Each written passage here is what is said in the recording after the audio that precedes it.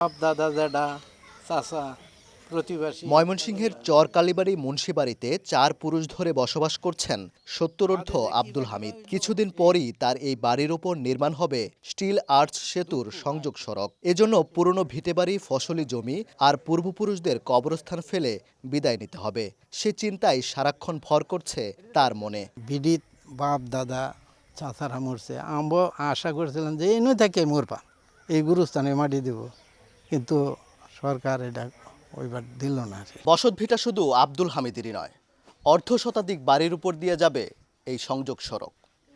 ভুক্তভোগীদের দাবি, উন্নয়ন কাজের জন্য বিকল্প কোনো পথ খুঁজে বের করা হোক। তাতে বেঁচে যাবে পূর্বপুরুষদের রেখে যাওয়া এই বসতভিটা ও কবরস্থান। আমার বড় বাপ রয়েছে, আমার দাদা রয়েছে, আমার বাপ রয়েছে, চাচারা রয়েছে, জ্যাঠারা রয়েছে, সবাই রয়েছে। বাংলাদেশ সরকারের প্রয়োজনে বাংলাদেশ সরকার নিয়ে যায়, আমাদের তো বলার কিছু নাই। নগদে 500 টাকা বা তার বেশি পেমেন্টে পেতে পারেন ঢাকায় জমিসহ 20 কোটি টাকার পুরস্কার।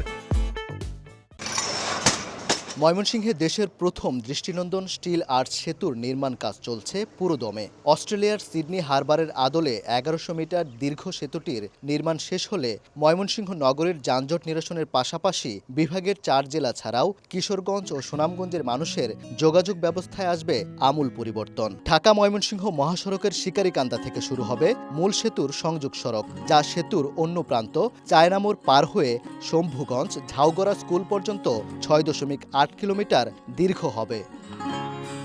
সংযোগ সড়কের চর কালীবাড়ি অংশে প্রায় 3 একর জায়গায় অর্ধশতাধিক পরিবারকে ছাড়তে হচ্ছে পুরনো বসতভিটা।